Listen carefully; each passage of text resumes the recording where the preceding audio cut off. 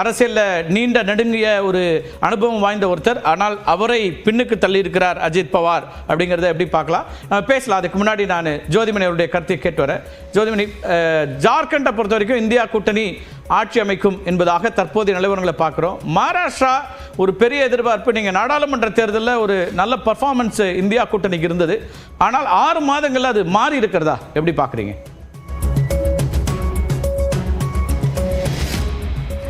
இந்த தேர்தலை பொறுத்த வரைக்கும் நான் ஜென்ரலாக ஒரு விஷயத்தை இங்கே பதிவு செய்ய விரும்புகிறேன். அது வந்து ஒரு ஜனநாயகத்தில் நம்பிக்கையுள்ள எல்லாருமே கவலைப்படக்கூடிய ஒரு விஷயம். அது அரசியல்வாதிகளாக இருந்தாலும் சரி, ஊடகவியலாளர்களாக இருந்தாலும் சரி, மக்களாக இருந்தாலும் சரி. நீங்கள் மகாராஷ்டிரா தேர்தலில் எனக்குலாம் ஒரு பெரிய அதிர்ச்சி என்னன்னா, நீங்கள் வந்து ஒரு பாஜகவினுடைய தேசிய பொதுச் செயலாளர் ஒரு பெரிய பணத்தோட ஹோட்டலில் பிடிபடுறார். அந்த வீடியோ வந்து கொஞ்ச நேரத்தில் வைரல் ஆகுது.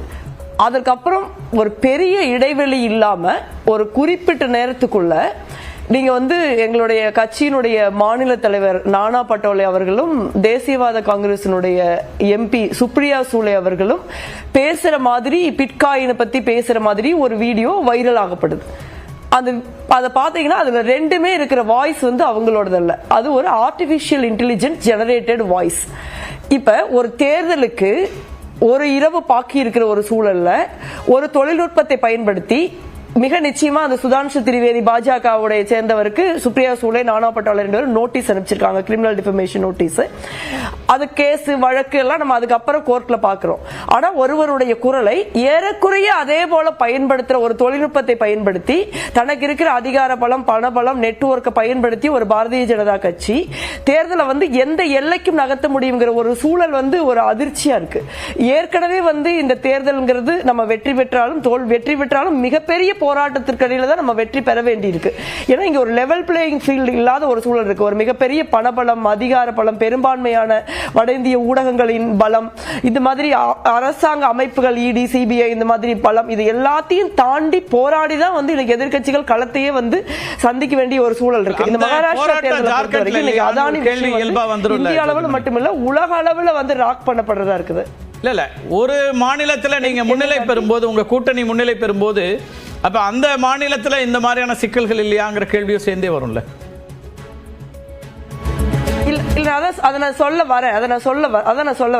போராடத்தான் வேண்டி இருக்கு. ஜெயிக்கணும்னா கூட அந்த வெற்றி அவ்வளவு எளிதா வர்றது இல்ல. இந்த அதானியே வந்து நேரடியாக மகாராஷ்டிரால வந்து அன்றைக்கு இருந்த காங்கிரஸ், சிவசேனா, என்சிபி அரசாங்கத்தை கவிழ்க்கிறதுக்கு அவரே நேரடியா வந்து உட்கார்ந்து கவிழ்த்தாரு அப்படின்னு யார் சொல்றா? அஜித் பவார் சொல்றாரு. பாஜக கூட்டணியில் இருக்கிற அஜித் பவார் சொல்றாரு. இன்னைக்கு அதானி எவ்வளவு பெரிய பணத்தை வந்து நீங்க எப்படி அவர் வந்து $20 பில்லியன் வந்து பண்ணும், 20,000 கோடி பில்லியன் டாலர்ஸ் பண்ண முடியும் சொல்றாங்க. அவ்வளவு பெரிய பணம் வந்து பணத்தை வைத்திருக்கிற ஒருவர் பாஜகவிற்காக வந்து நேரடியாக உட்கார்ந்து வேலை செய்யறார் அப்படின்னா அந்த தேர்தல் வந்து நமக்கு வெற்றி பெற்றால் கூட, அதான் சொல்ல, ஜார்க்கண்டில் நாங்கள் வெற்றி பெற்றோம் என்றால் வந்து கிடைத்த வெற்றி அது வந்து இன்னுமே இயர்லி ட்ரெண்ட்னு தான் நான் நினைக்கிறேன். மகாராஷ்டிராவா இருந்தாலும் சரி, எண்ணிக்கை அடிப்படையில் கூட முன்னிலை சிறப்பா இருக்கிறதா பாக்குறோம் பண்ணிருப்பாங்க. எஸ் ஜோதிமணி, நான் உங்கள்கிட்ட வரேன். முதல் கட்ட கருத்தை நம்ம நிறைய விவாதிக்கலாம். கட்டாயம் உங்களுடைய கருத்துக்களை கேட்கறதுக்காக தான் அந்த மாதிரியான ஒரு சூழல்ல தான் நம்ம தேர்தலில் போட்டியிட வேண்டி இருக்குதுங்கிறது ஒரு முக்கியமான விஷயம் நான் நினைக்கிறேன். ரைட், பேசலாம். எண்ணிக்கைகள் வர நேரம், அதனால நான் அடிக்கடி செய்திகளை சொல்லிட்டு தான் நம்ம விவாதத்துக்கு வர வேண்டியிருக்கு. மகாராஷ்டிரா எம்பி தொகுதியில் காங்கிரஸ் இடைத்தேர்தலில் முன்னிலை வைக்கிறது. ரவீந்திர சவானுடைய தந்தை வசந்த் சவான் மரணத்தினால ஏற்பட்ட அந்த இடைத்தேர்தலில் ரவீந்திர சவான் முன்னிலை வைக்கிறார். 2 நாடாளுமன்றங்களுக்கான இடைத்தேர்தல் நடக்கிறது.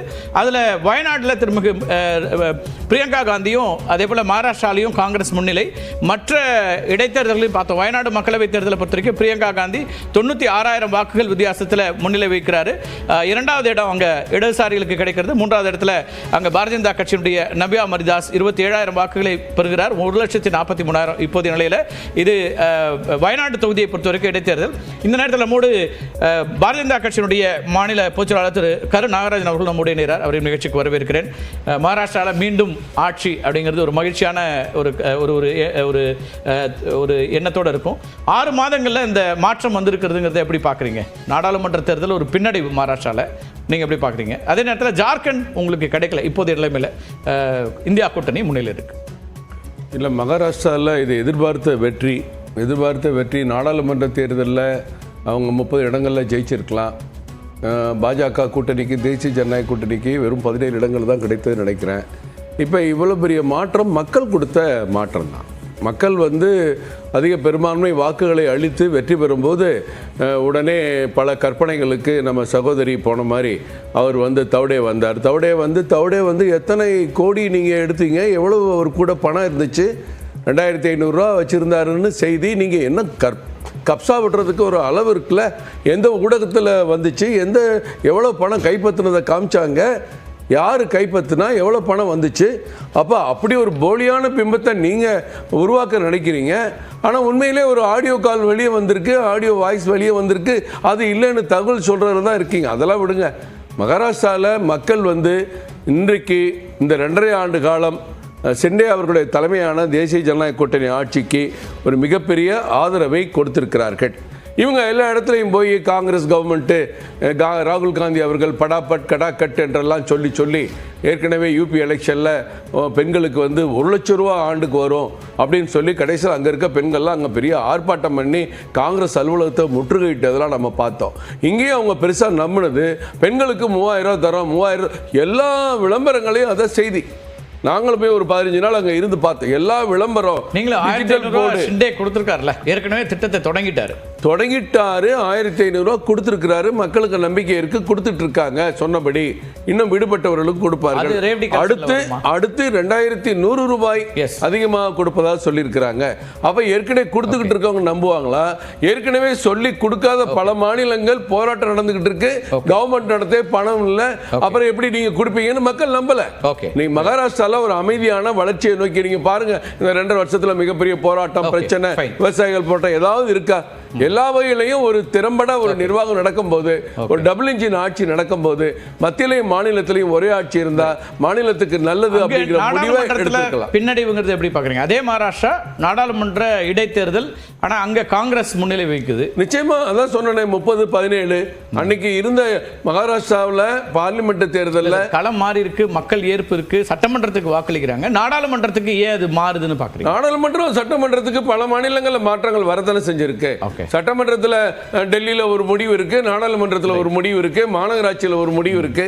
மக்கள் இன்றைக்கு மகாராஷ்டிரால மீண்டும் தேசிய ஜனநாயக கூட்டணி ஆட்சி வேண்டுங்கிற முடிவை ரொம்ப தெளிவா எடுத்திருக்கிறாங்க. கருத்து கணிப்புகள் எல்லாமே உண்மையாக்கப்பட்டிருக்கு. தேர்தலுக்கு பிந்தைய கருத்து கணிப்பு பல இடங்கள்ல மாறுபட்ட கருத்துக்கெல்லாம் வெளிவரும். ஆனா இந்த வட்டம் 175 வரைக்கும் சொன்னாங்க, இப்ப 172 வரைக்கும் வந்திருக்கு. எல்லாருமே 150 இருந்து 170 வரைக்கும் சொன்னாங்க. அது அப்படியே அந்த கருத்து கணிப்புகள் உண்மையா இருக்கு. பேசலாம், நம்ம எண்ணிக்கைகளை பார்த்தலாம். மேற்கொண்டு ஒரு சித்தாந்த ரீதியா ஒரு மிகப்பெரிய வேறுபாடு அங்க இருக்கு. இப்ப சிவசேனா தலைவர் இருக்கிறாரு, அங்க இவங்க தேர்தல் அறிக்கையில மகாராஷ்டிரா சொல்லியிருக்காங்க, கட்டாய மதமாற்ற தடை சட்டம் கொண்டு வருவோம், கட்டாயமா ஒருத்தர் மதம் மாறுறத சட்டப்படி தவறு அப்படின்னு கொண்டு வருவாங்கிறாரு. இத உத்தவ் தாக்கரே என்ன சொல்லுவாரு, அல்லது ஆதித்ய தாக்கரே என்ன சொல்லுவாங்க, இல்ல காங்கிரஸ் என்ன சொல்லுவாங்கன்னு தெரியல. அவங்க மக்கள் சிவசேனா என்பது ஒரு இந்துத்துவ கொள்கையை கொண்ட அமைப்பு. அந்த அமைப்பு இன்றைக்கு காங்கிரஸோட இணையறத அவங்க விரும்பல. அவங்க அந்த மாநில ஆட்சி மீண்டும் முதல்ல வந்தது நம்பர் கேம் தானே. தேர்தலை முடிவு பண்ணி திருப்பி இடைப்பட்ட காலத்துல ஆட்சிக்கு வரல, அது ஒரு நம்பர் கேம் தான். இன்னைக்கு ஒரு தெளிவான முடிவு மக்கள் கொடுத்திருக்காங்க. நம்ம முதல் கட்ட கருத்தா எடுத்துக்கிறேன். மகாராஷ்டிரா பொறுத்த வரைக்கும் என்டிஏக்கு ஒரு பெரிய எண்ணிக்கையில நம்பர் வந்திருக்கிறது. 268 இடங்களுக்கான முன்னிலை வந்திருக்கக்கூடிய இடத்துல என்டிஏ 177 இடங்கள்ல முன்னிலை வைக்கிறது. தற்போது 178 மாறி இருக்கிறது. இந்தியா கூட்டணிக்கு 82, மற்றவர்கள் 9 இடங்கள். ஜார்க்கண்டை பொறுத்த வரைக்கும் 79 தொகுதிகளுக்கான முன்னிலை வந்திருக்கிறது. 81ல இந்தியா கூட்டணி 50 இடங்களையும், என்டிஏ தேசிய ஜனநாயக கூட்டணி 27 இடங்களையும், மற்றவர்களுக்கு 2 இடங்களும் முன்னிலை என்பதாக பார்க்கிறோம். இதே